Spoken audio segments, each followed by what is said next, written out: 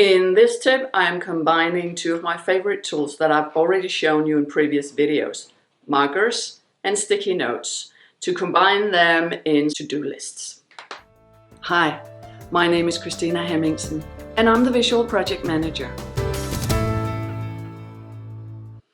A tangible to-do list is a to-do list that is both visible and that you can work with. I use sticky notes because you can move them around and it makes it easy for you to get an overview, and know your process and show your process and to show you progress. This first example is a weekly overview. I have put the week with all the dates, including Saturday and Sunday. Then I have also on the left hand side, I have all my tasks in 3 priorities: high, middle and low. And every time I think of a task, I will simply make a post-it note and I will put it up where it should go.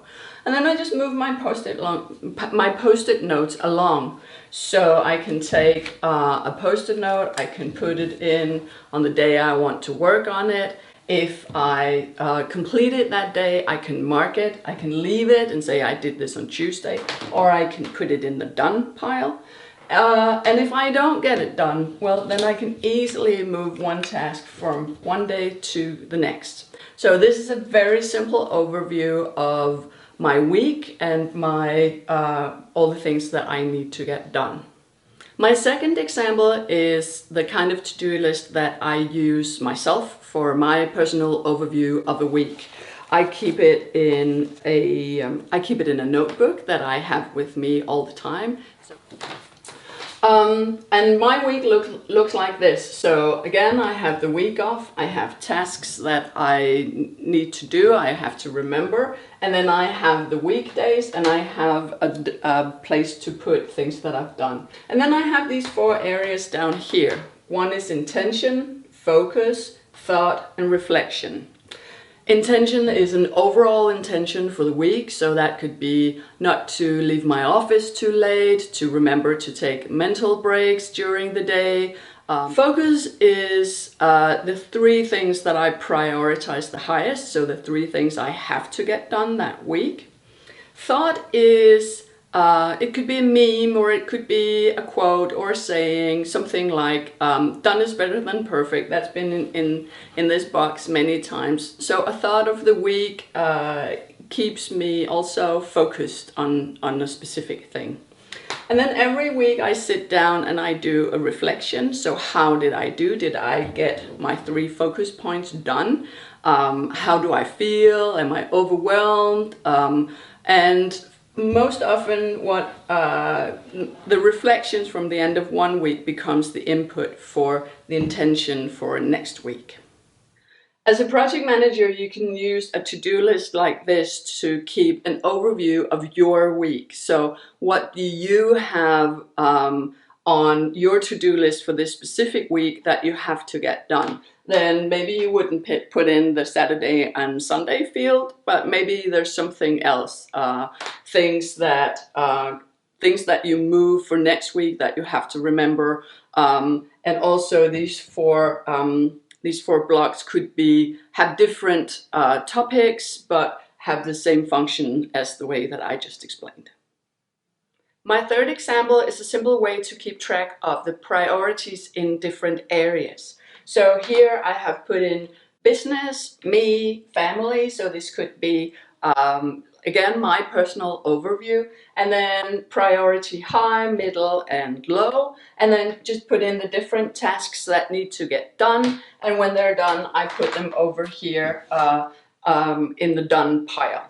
This could also be for if you manage different projects that you often do. So again, it could be project 1, 2, and 3. What are the tasks and what priority do they have? And then move them up when they change priority, and of course move them to the done pile when they're done with. My fourth example is a very simple Kanban board. I just put in the headlines to do, doing, done for all the tasks that you need to do, that are in progress, that has been done.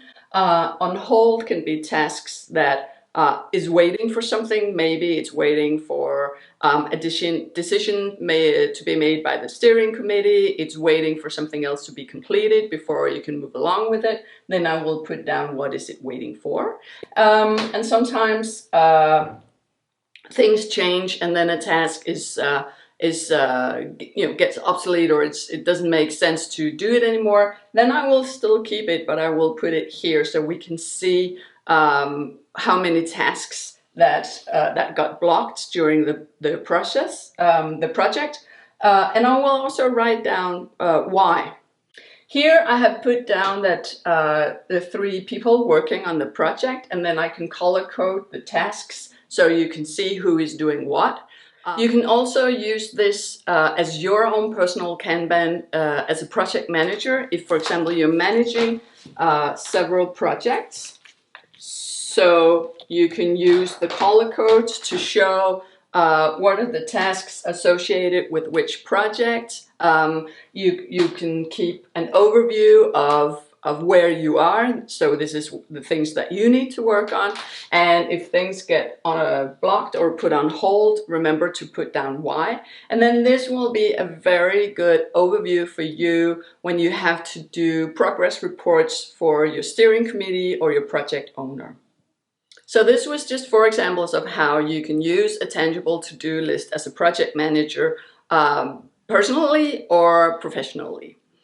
I encourage you to make your own tangible to-do list. Make sure that it serves you, so that it gives you the overview that you need. It shows the process and the progress of the projects or the tasks that you are working on.